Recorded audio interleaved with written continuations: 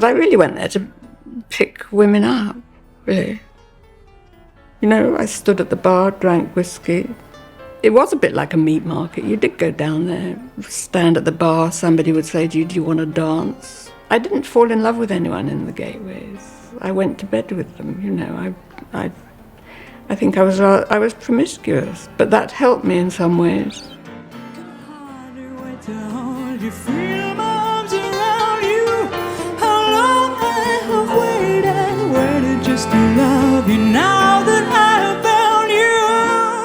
If you'd like to introduce yourselves and how you met to make this project happen, and we'll go from there. Yeah, well, I'm Jacquie Lawrence. I'm the Gateways Grind director and writer. And I used to commission lesbian and gay programming at Channel 4, and then step back from television to bring up a family. And ditto Fizz was doing similar things, and we knew each other through our wives. Our wives are really good friends. And around about 2015, both Fizz and I decided we wanted to get back into producing. So we set up a small film company and production company rather. And Gateways Grind is our fourth production.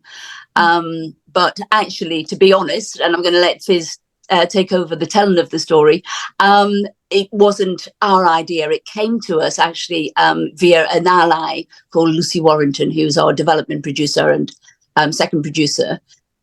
So we can't actually claim that we came up with the idea, because as we're lesbians, we both assumed that Gateways, being such a cultural, iconic, important place in lesbian history, we both assumed that there'd been a documentary already made about gateways until Lucy brought us the project, and then we realised it hadn't been made and we had to make it. Yes, we worked very closely with Diva magazine, and Lucy had got in touch with Diva and they said, well, you have to talk to Jacquie and Fizz. And as Jacquie says, our first response was, well, of course there's been a film about it. I think because of the element of the film in Killing of Sister George, you feel, or, you know, if you have any sense of that bit of history, that there just must have been. As Jacquie said, there wasn't, and so there wasn't any choice but to get on with it. Little bit of a delay because of the pandemic, obviously, set us back. But it gave us time to, you know, do a little bit of research and start catching up with where Lucy had got to, reaching out to people, and it was extraordinary, really. We did what you know, most producer directors do. They shop the project around. And we went to broadcasters, and we just didn't get anyone who, you know, to take on the idea, to even give us development money. So we got together, we had a little bit of a crowdfunder, and we sold a couple of children, a couple of cars, a couple of kidneys to raise the money. We independently funded it, and it grew into this incredible story, because, as Fizz says, there's so many elements to it. There's the oral history. There's the fact that it was included in the Killing of Sister George. Very, very famous lesbians and non-lesbians went there, including Dusty Springfield. So there was the music element to it. So we just knew there was this beautiful, beautiful story to tell. The reason broadcasters turned us down was because there wasn't any archive. And it was almost, you know, I won't name any broadcasters, but they basically said, if you can find the Super 8 film of Princess Margaret going down the stairs and kissing a celebrity lesbian, then we will commission. Bite your hand off. You know, even if that existed, the whole ethos around the club is that it was underground, it was discreet, it was a secret society, basically. So the only way that we could actually represent what had happened in the club was to create the drama sequences.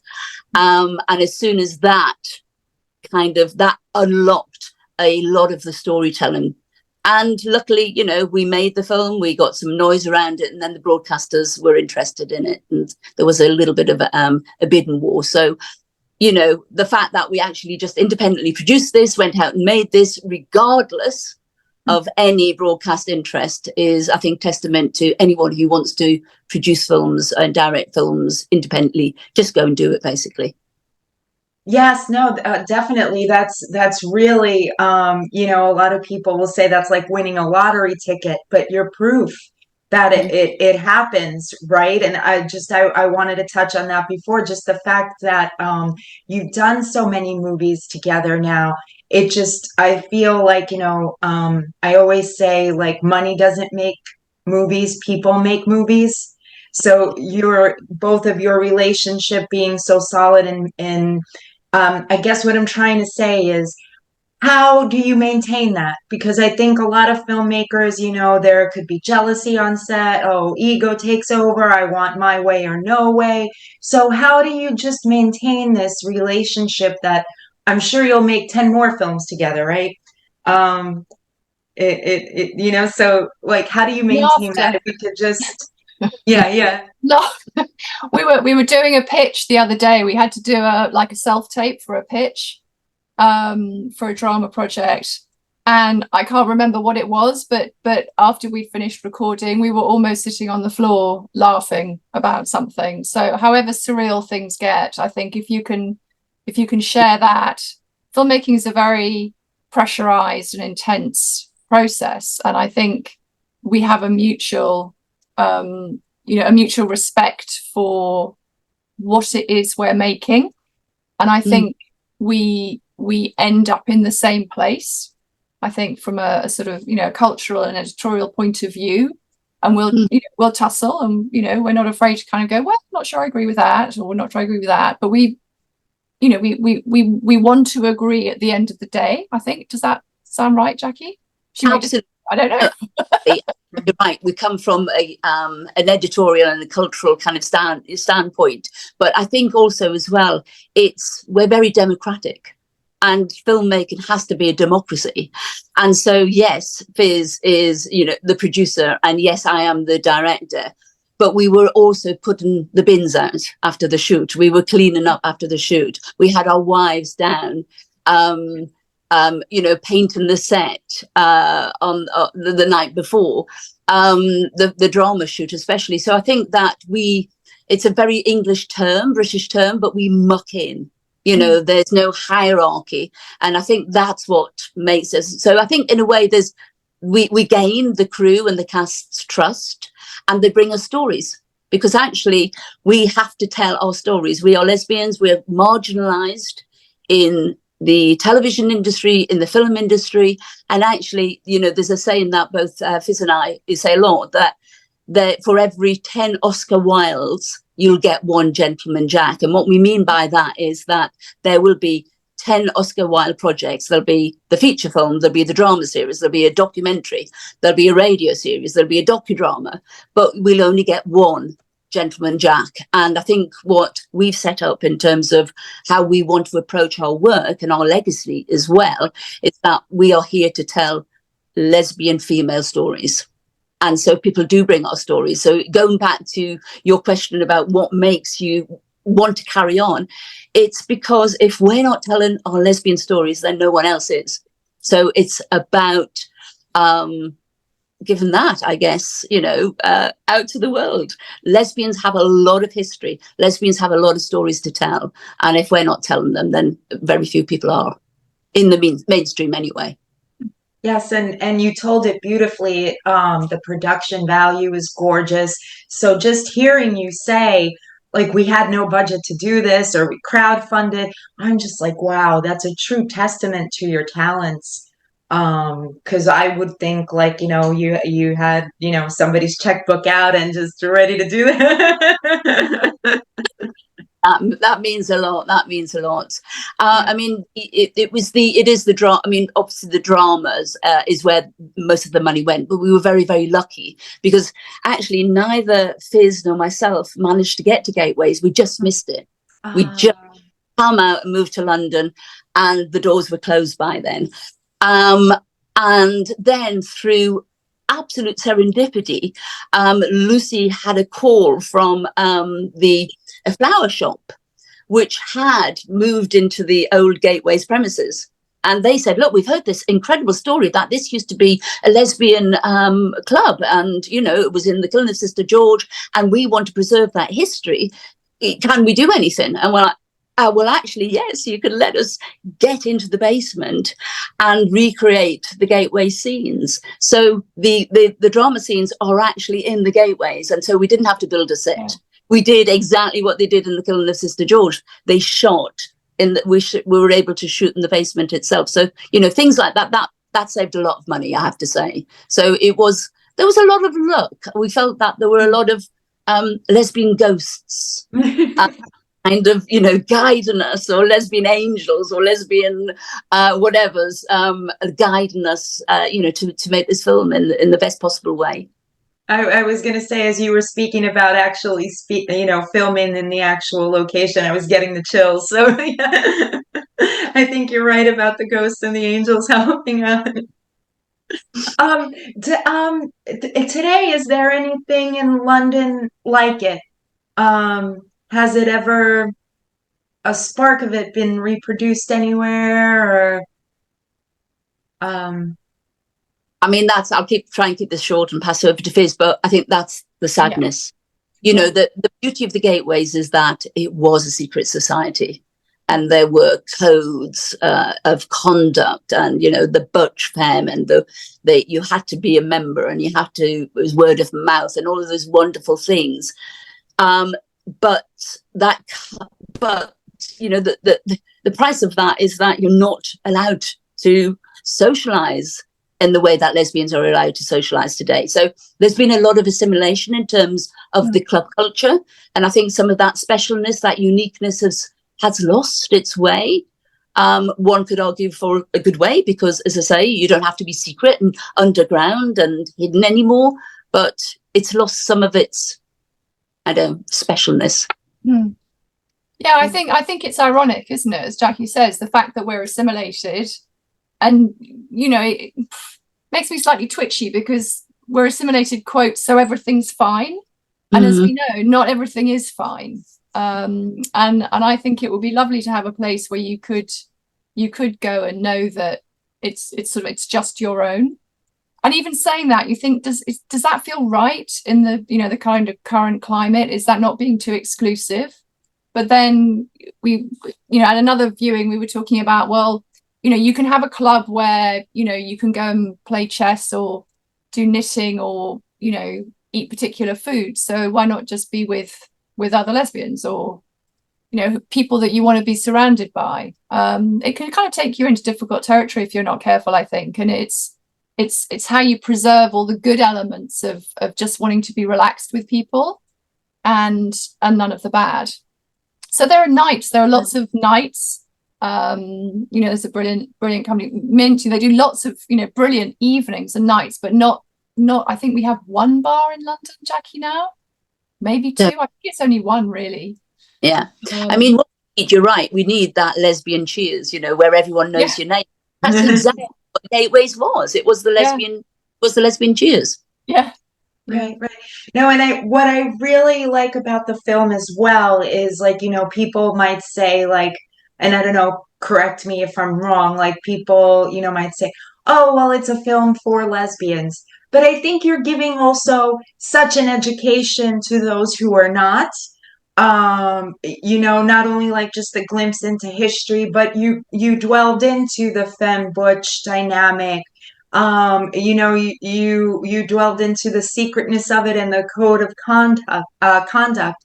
So, was that also in the back of your mind? Like, it's an explanation for all. I especially, like, because I don't think a lot of people realize that, you know, in the time, like, there was one part in the movie where someone said, you know, you were afraid you might be fired if you were seen there by a coworker.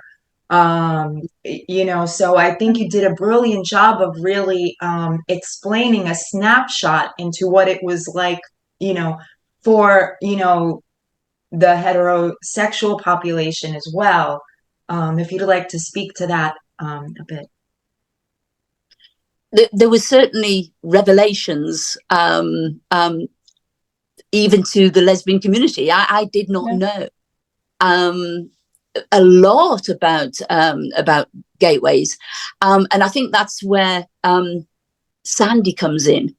So Sandy Toksvig is our, I would say, author as opposed to presenter, because she's so embedded in the documentary.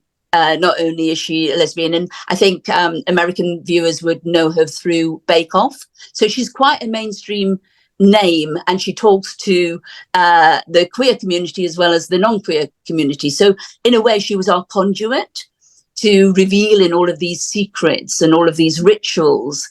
But she went there. You know, she went there, and she went there when she was after a horrific time at Cambridge, where she was nearly, if you get expelled from either Oxford or Cambridge, it's called you're being sent down. Yeah. So Sandy was almost sent down for being a lesbian, which always makes me chuckle a little bit. Yeah.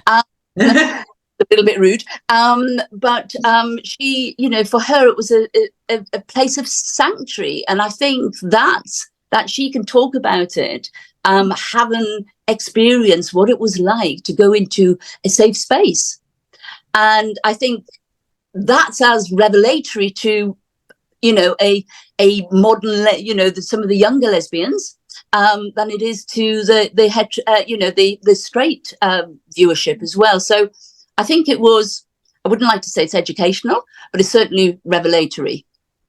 Brilliant. Yeah, I think revelatory is a really good word, because hearing that you could have your children taken away from you, I think was really shocking to a lot of people, because most people know, I think that would be safe to say most people know that we weren't illegal, you know, and it's quoted in the film, you know, we weren't important enough, you know, the women weren't important enough to be illegal. It was only the men where homosexuality was illegal. But it didn't mean that was it made it easy. But I think, you know, just that fact makes it easy for people to dismiss the lesbian experience. But you say something as blunt as you could lose your home as well as your job and have your children taken away from you, brings it very much into sharp focus, I think.